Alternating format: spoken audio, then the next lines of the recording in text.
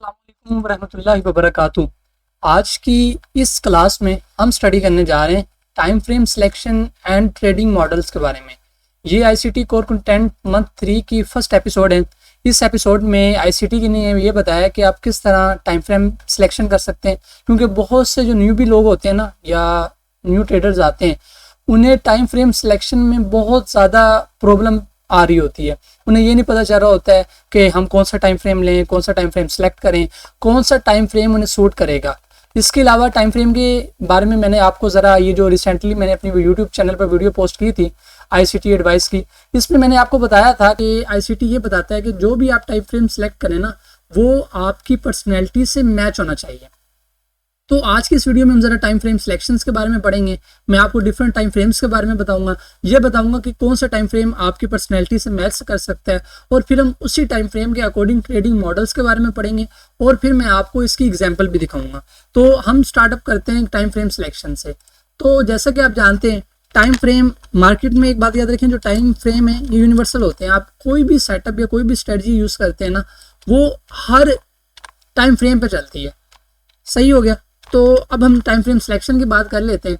तो हमारे पास जो टाइम फ्रेम सिलेक्शन आ जाते हैं, इसमें जो सबसे पहला जो टाइम फ्रेम होता है ना, जो हमारे पास सबसे ज़्यादा इंपॉर्टेंट होता है या हमारे लिए सबसे ज़्यादा अहमियत का हामिल होता है, वो होता है मंथली टाइम पीरियड। यानी कि आप मंथली टाइम पीरियड में चार्ट देखें, ठीक है। आप मंथली टाइम फ्रेम को मोनिटर करें, आप वहाँ पे देखें कि ट्रेडिंग के कौन से सेटअप बन रहे हैं या क्या हिसाब हो रहा है। आप मंथली चार्ट्स को देखें। अब ये जो मंथली होता है ना, इसमें एक बात याद रखेंगे, जो मंथली चार्ट्स होते हैं ना, ये आपकी जो ट्रेड होती है ना, इन ट्रेडर को पोजीशनल ट्रेडर कहा जाता है। अब ये जो पोजीशनल ट्रेडर होते हैं ना, इनकी जो मेन प्रॉब्लम होती है वो यही होती है कि ये इनकी ट्रेड्स बनती बहुत कह लें कि लेट जाकर है। यानी कि इनकी जो ट्रेडिंग होगी बहुत ज़्यादा लेट होगी, और साल में सिर्फ इनको 1 से 2 ही ट्रेड देखने को मिलती है।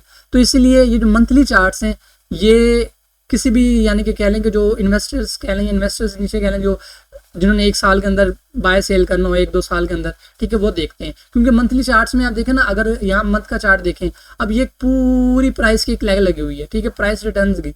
तो अब इसमें आप देखें कितने ज़्यादा कैंडल्स लगी हुई हैं। अब ये सारी कैंडल्स एक एक मंथ की कैंडल हैं। तो इसमें आपको मंथली चार्ट्स पे काम करने के लिए ना, आपको सिर्फ एक चीज़ चाहिए होती है, वो होता है पेशेंस, ठीक है, यानी कि सब्र आपके अंदर दबा के होना चाहिए।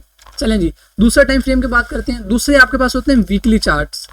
अब ये जो वीकली चार्ट्स होते हैं, वीकली चार्ट्स कह लें कि इन्हें हम ऐसे ट्रेडर होते हैं जो कि स्विंग ट्रेडिंग करते हैं, ठीक है, इसे हम कह देते हैं स्विंग ट्रेडर।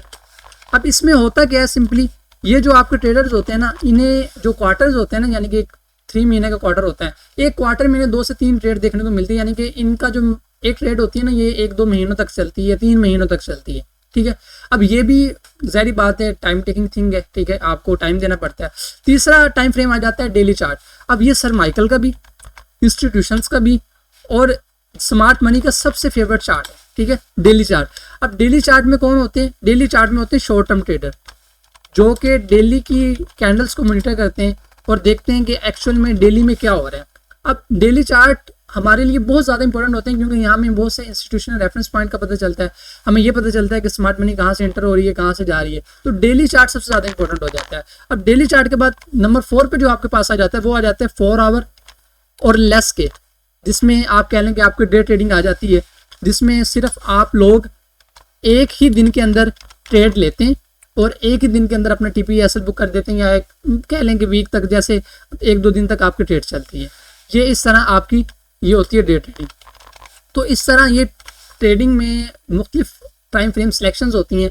अब ये डिपेंड आप पर करता है कि आप किस कैटेगरी में जाना चाह रहे हैं। अगर आपके पास सब्र है, आप पेशेंस कर रख सकते हैं, और आप बड़ी बड़ी मूव्स को कैप्चर करना चाहते हैं, आप मंथली चार्ट्स देख सकते हैं, जो कि एक बहुत ही सब्र वाला काम है। फिर उसके बाद वीकली आ जाते हैं, लेकिन फिर जो डेली आ जाते हैं, ये एक शॉर्ट टर्म ट्रेडर्स के लिए, ठीक है, इनकी ट्रेड्स वीक्स तक चलती है। फिर ये 4 आवर लेस जो डे ट्रेडर होते हैं, इनकी ट्रेड, अब इसमें नीचे स्कैल्पिंग भी आ जाती है, वो नीचे हम आपको सेटअप्स और मॉडल्स में बताता हूँ आपको।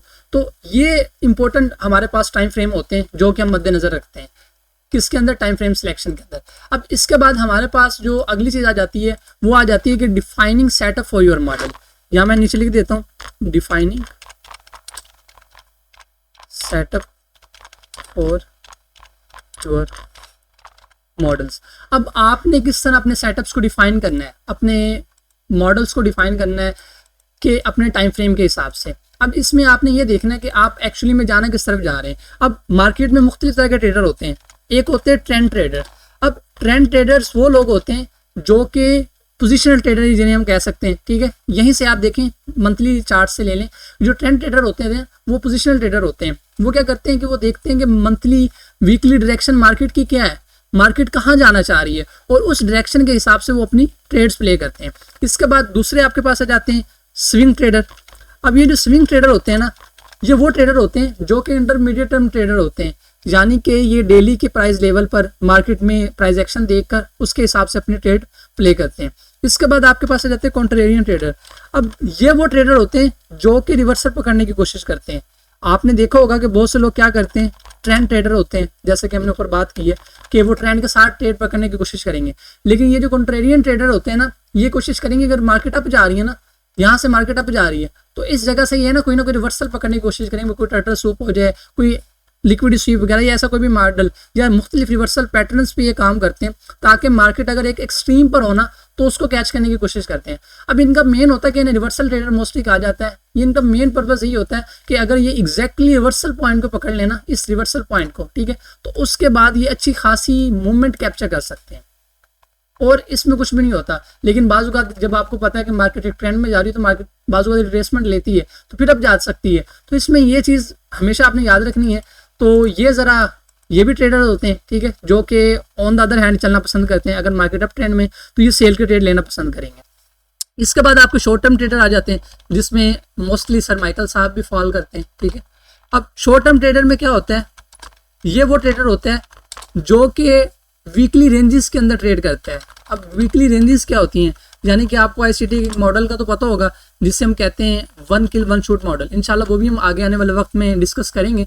अब उस मॉडल में क्या होता है कि आप पूरे दिन जो वीकली रेंज होती है ना उसे टारगेट करते हैं, ठीक है। अब सर माइकल का भी ये फेवरेट मॉडल है, ठीक हो गया। तो इसमें फिर आपने मुख्तलिफ चीज़ें देखनी होती हैं। तो अब ये शॉर्ट टर्म ट्रेडर वो हो जाते हैं जो ऐसे वीकली रेंजेस को करते हैं। और उसके बाद आ जाते हैं आपके पास डे ट्रेडर, जिसे हम स्कैल्पर कह लें या इंट्राडे ट्रेडर कह लें, जो कि एक स्पेशल सेशन के अंदर या स्पेशल प्रॉपर हिसाब के साथ अपनी ट्रेडिंग प्लान करते हैं। अब इसके बाद अब हम जाते हैं चार्ट पर। ज़रा मैं चार्ट पे जाके आपको दिखाता हूँ। देखिए ये हमारे सामने ना एक मंथली का चार्ट ओपन हुआ है, सही। अब यहाँ से देखेंगे, यहाँ से प्राइस ने ना फॉल किया है। यहाँ से आप देख लें कि हमारे पास एक लिक्विडिटी पड़ी थी, ये वाली मार्केट ने सारी लिक्विडिटी को लिया।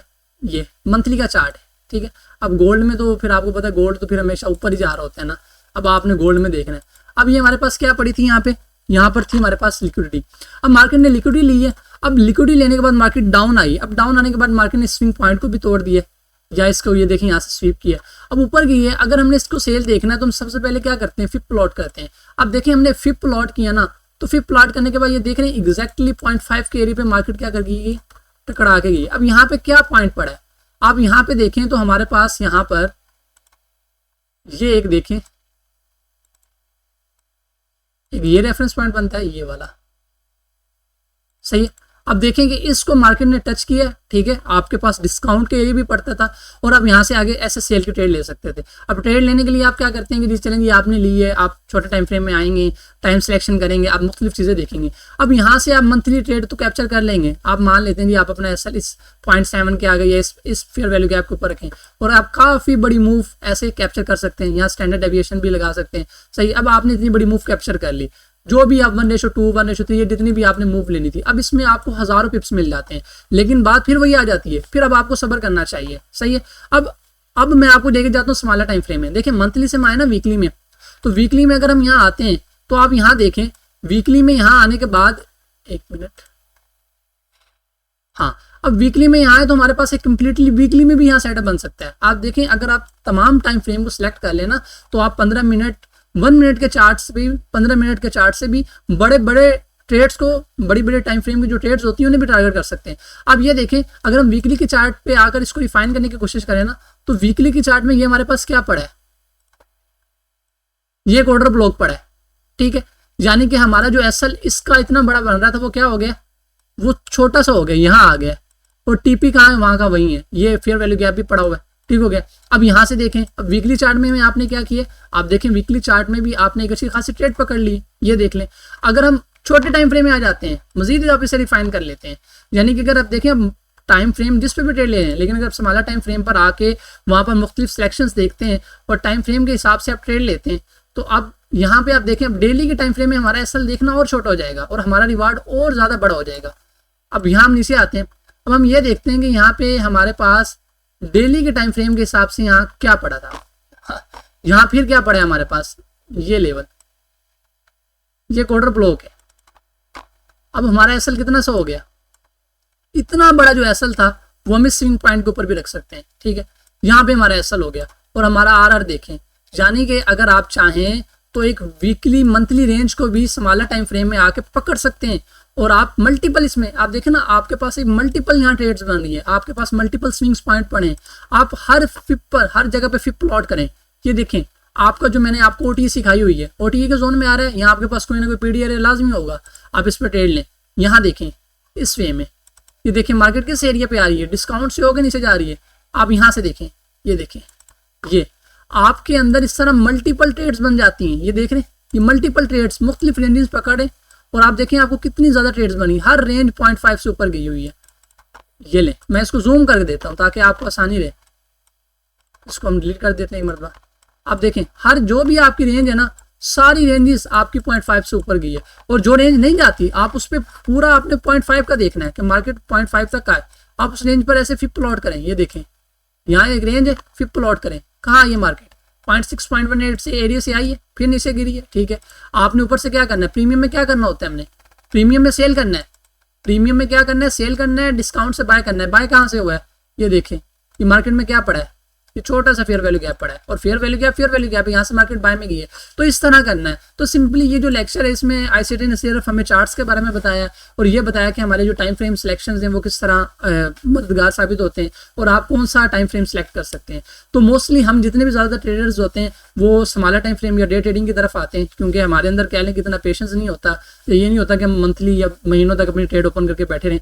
लेकिन अब ये जो है ना, अब लाइक एक बंदे ने मंथली चार्ट पे आके यहाँ से उसने शॉर्ट कर दिया है, ठीक है, सारी बात है। मंथली चार्ट पे तो शॉर्ट नहीं करेगा ना, वो वीकली टाइम फ्रेम पे अपनी कंफर्मेशंस देखेगा, सब कुछ करेगा। अब उसने शॉर्ट कर दिया वीकली टाइम फ्रेम पे आगे जो भी, अब वो सारी देखेगा। लेकिन एक जो स्कैल्पर होगा वो क्या करेगा, उसने एक छोटी से छोटी मोमेंटम पकड़नी है, मार्केट अप की है, वो इसमें से भी मोमेंटम पकड़ने की कोशिश करेगा, यहाँ से नीचे गिरी है, यहाँ से भी मोमेंटम पकड़ने की कोशिश करेगा, ठीक है। तो इस तरह हम चलते हैं। तो बाकी जी ठीक है, मिलते हैं फिर नेक्स्ट वीडियो में, तब तक आप लोग अपना ख्याल रखिएगा। और हमारे नेक्स्ट बैच की इनरोलमेंट स्टार्ट से, तो जिस किसी ने भी एनरोल करवाना है तो वो व्हाट्सएप में नंबर करके इनरोलमेंट करवा सकते हैं। अल्लाह हाफिज़।